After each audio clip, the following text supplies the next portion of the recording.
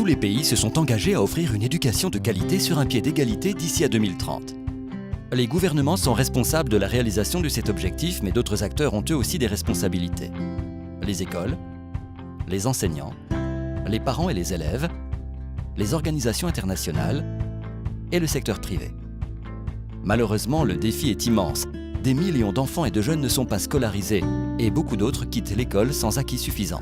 Le rapport mondial de suivi sur l'éducation publié cette année montre comment un cadre réditionnel peut faciliter les choses. Un tel cadre indique qui est responsable de quoi et comment les problèmes peuvent être résolus.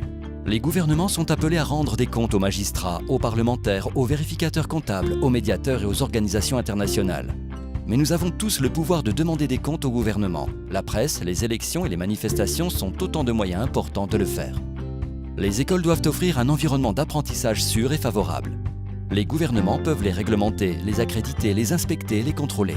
Les parents peuvent exercer leur droit de regard en participant à la gestion de l'école ou en choisissant l'établissement où sera éduqué leur enfant. Les enseignants enseignent, mais ils font beaucoup plus que cela. Ils doivent respecter des règles de déontologie, des évaluateurs les observent, des inspecteurs passent leurs pratiques au crible. D'autres enseignants, et parfois aussi la communauté, contrôlent leur travail.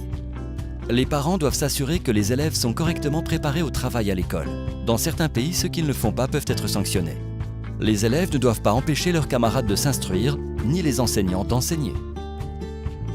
Les organisations internationales aident à déterminer les objectifs communs et leurs États membres peuvent contester leur action.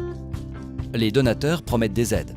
Des rapports et des enquêtes peuvent dénoncer ceux qui manquent à leurs engagements. Le secteur privé exerce une influence croissante. Des règlements, des codes de conduite, des contrats transparents et les investigations des médias garantissent que les acteurs privés agissent dans l'intérêt du plus grand nombre. Les mécanismes reditionnels sont importants. Ils sont réellement utiles, mais ils ne fonctionnent pas toujours correctement. Ils peuvent être financièrement inabordables pour les pays pauvres. Mal conçus, ils pénalisent les plus démunis, entament la motivation des enseignants et limitent le contenu des programmes d'études. Le rapport GEM montre ce dont nous avons besoin. Des rapports aux organismes internationaux, des audits budgétaires, des activités de suivi et de réglementation. La transparence est essentielle. Des informations claires et accessibles montrent qui est responsable de quoi, ce qui est réalisé et à quel moment les mécanismes cessent de fonctionner. La confiance est plus efficace que les sanctions. Punir ceux qui n'obtiennent pas de bons résultats scolaires va à l'encontre de l'objectif visé.